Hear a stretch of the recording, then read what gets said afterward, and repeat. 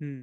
Yeah, that's like a big issue in terms of any company, right? Like branding. And I think you hit on this when you were saying like you want someone to become part of an identity, a group, and that's why you guys call your audience the huddlers. And I think a lot of newsletters do these things where it's just like, let's give them merch, let's like do more things. Right. And I think this was something that Jared kind of posted about, like this quack quack strategy, right? Like in terms of like showing underneath the surface, like a duck is gliding along the water, but underneath they're doing a lot of things. So I kind of want to drive down on that, I guess, since you mentioned it.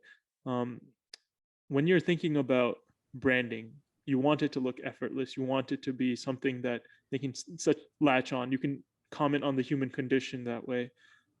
What steps do you take to do that from that first newsletter, which was in Arial? I read it. I was down there doing my research. So, and one thing that I really liked about that first newsletter is you put reading time, and it was like 3 minutes or 4 minutes, and I thought that was really ingenious in terms of like you making it effortless. It's only 4 minutes, like you can do it. So, what steps did you take from there to kind of design the blue and red logo and stuff like that? Yeah. So my favorite word is the I word, Hmm. iterate.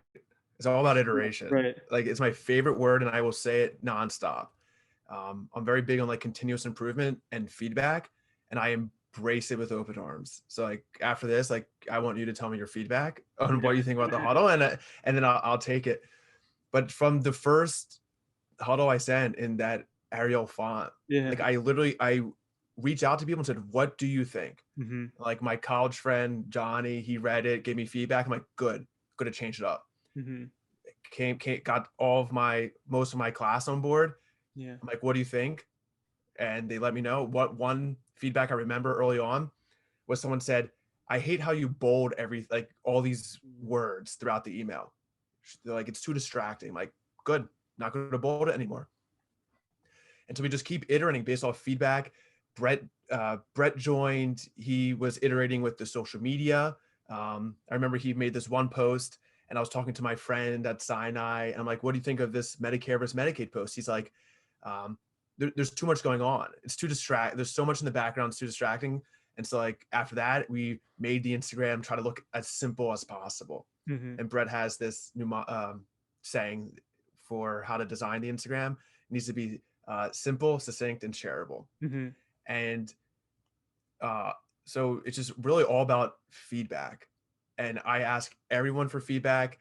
If you joined the newsletter, you'll get an email a couple weeks, maybe not, but three months in, asking for feedback. There's a feedback button at the bottom of the email. On our Instagram, we're always asking for feedback. So it's just so important, not necessarily to do everything that people suggest, but I said this to Brett the other day. I'm like, you can look at the feedback, you could taste the feedback, but you don't need to digest the Yeah. feedback. You choose what you think you should digest.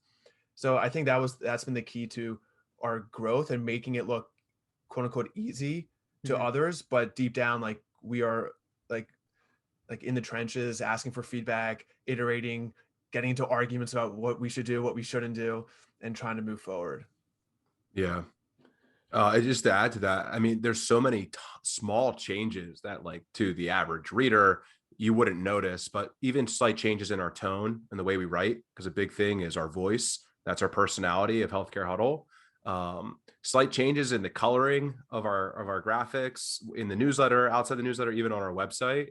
And I think an important aspect is like, don't reinvent the wheel.